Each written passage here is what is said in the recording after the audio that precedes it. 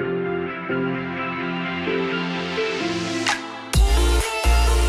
everybody, this is Yannick Collins and welcome back to OZ Living, where we bring you crypto news and conversations from only the sharpest minds in the space.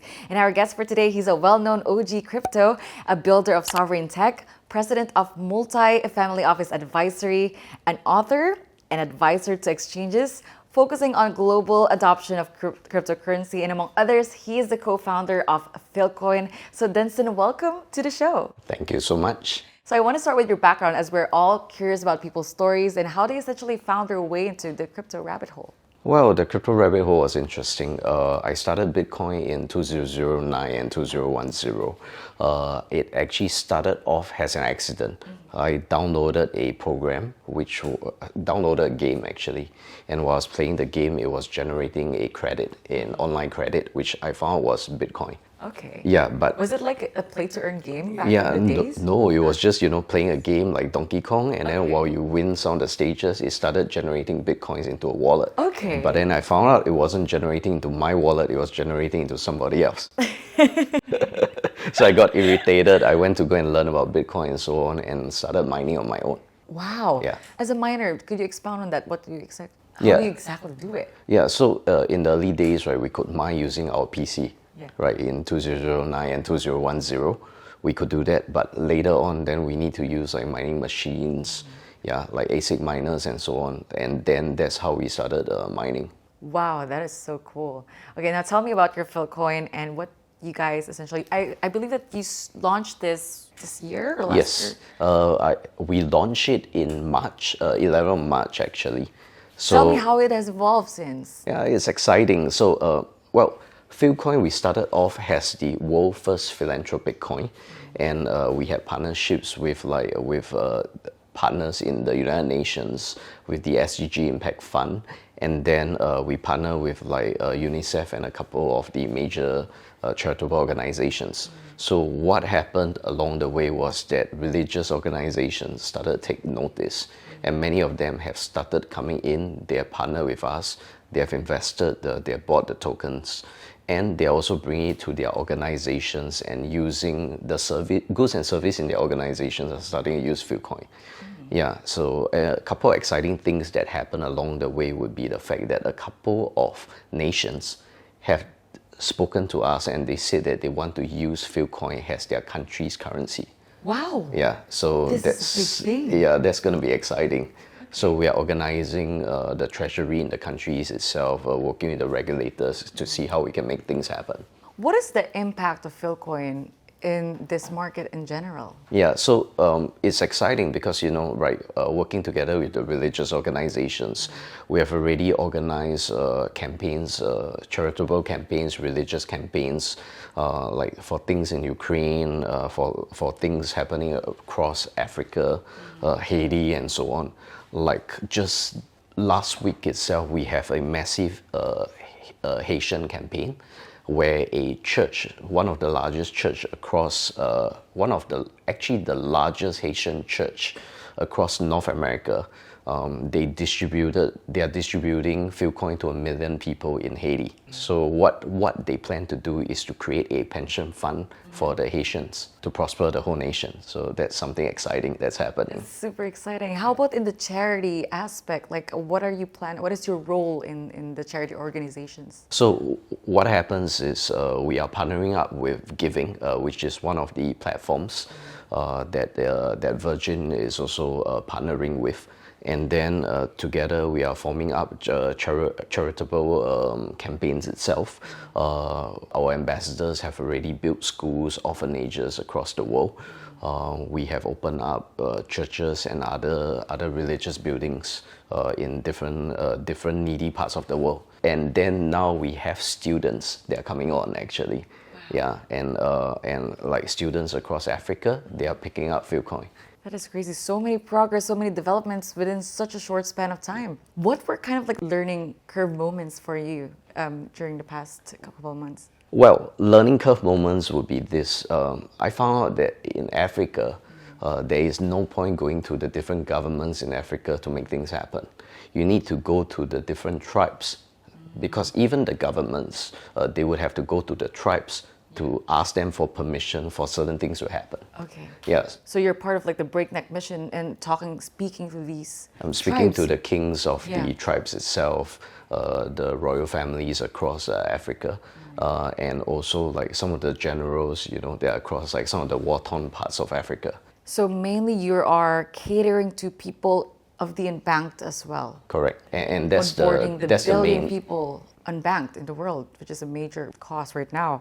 I believe that sovereignty is at the forefront of your service, right? Could you tell me more about sovereignty? Okay, let's figure out about sovereignty because I think most people don't really understand about it. Yes. Yeah. Neither do I. Yeah, I'm quite sure, like within a couple of minutes, sovereignty would be something that's going to be important to you. Let's take a look at what's happening around the world. We take a look at Canada, for instance. We have the truckers, right? They, because of certain reasons, they are now on strike. But what happens to the people who actually, they want to donate to the truckers, to their plights and so on? They had their bank accounts frozen. These are innocent people. They have their cards, their credit cards being deactivated and so on. So the entire financial service and ecosystems for the common layman is a control structure. So they say that the money belongs to you. But what happened to these people? Can they access their funds? They can't, right? And that's a problem. And if just imagine you have like $50,000 in your bank and the bank tells you this is your funds. But then, they could, in any time that the funds are in their account, they tell you that you can't access your funds or you can't send to your friends because it is something that they do not allow. This, by large, is sovereignty being taken away from you part by part. Especially with the rise of CBDCs as well, Yes, right? correct. And that's the scary part about CBDCs. Yeah. CBDCs are a mutation of sovereign coins. And I was the creator of the world's first sovereign coin. A country that I created a sovereign coin for were sanctioned by 33 other countries around the world. But because of the sovereign coin, they were able to even transact with these other countries that sanctioned them. So that brings sovereignty back to the nation. But you mutate that concept and then you put it as CBDCs, central bank digital currencies. So when you do that, right, what happens is now they have programmable money. And people think that, it's an innovation and so on. But what if all your money is controlled by somebody who could program it in any way they want? Yeah. For example, they can tell you that your family deserves to only earn $3,000 a month. Oh my God, it's like Time, the movie Time. Yes, it is. In It's the dystopian exactly world. as it is. So we are seeing dystopia being created left, right, up, down, right in front of our eyes. And not just that, they can tell you now that your family can only buy like 30 eggs a month. Because they can program your money, they can program it to allow you to only use it in a certain way. So that's called lack of sovereignty. Now, but when it comes to Bitcoin and other cryptocurrencies and also Philcoin, what we have here is we are creating a parallel ecosystem so that when these things happen, people have a way out to transact. Because at the end of the day, right, the biggest sovereignty that people don't know that they have lost is the inability to transact, which is what we want to give it back to the people. Amazing. Yeah. Essentially, what you're trying to do is for the world to actually use your cryptocurrency as a medium of payment. Is this kind of like competing with Bitcoin? The vision for Bitcoin is like a sound money or one way or another, like people know me as an OGAD in the Bitcoin space. They also know me as a Bitcoin maximalist, right? So as a Bitcoin maximalist, they know that I don't support other cryptocurrencies in a sense. But when Philcoin first came out, when Jerry Lopez, the founder of Philcoin, came to me, and when I understood that at least the believers, the Christians, the generals in the Christian faith were willing to support one currency, I knew the power of this currency. Because why? Just imagine you have one faith where the leaders of different denominations across the Christian faith decide to not just invest but to empower that currency and getting their own businesses, their churches and so on to embark on this currency itself. This is going to become a very powerful currency. Because what people don't know is that 20% of the global bank deposits are actually owned by the churches. Yeah, so this is this is a huge market. Yeah, this is a huge market. And just imagine with that, right? If any governments, if any financial institutes wants to come against such a currency, it's going to be extremely tough. All right. What is the next thing for Philcoin? What can we expect in the coming year? Well, I'm gonna hope that within 3 years, Philcoin becomes the currency of a couple of countries. That will be exciting. Bitcoin will definitely become a world reserve currency. So we want a liquid currency for for the individuals to be able to transact, because it's going to be slightly tough to transact Bitcoin. So we want to build a currency that has throughput.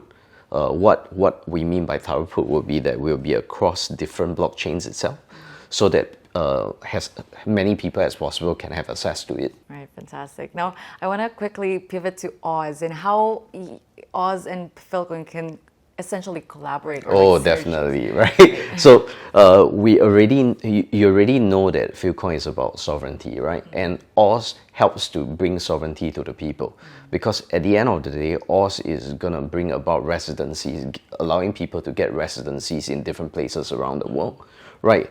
And with these residencies, right, they'll be able to get like banking services, corporate accounts, and so on. And that brings a greater freedom and greater accessibility for people who have been locked by their countries itself. So I believe that with such a partnership, it's going to be exciting. Super exciting.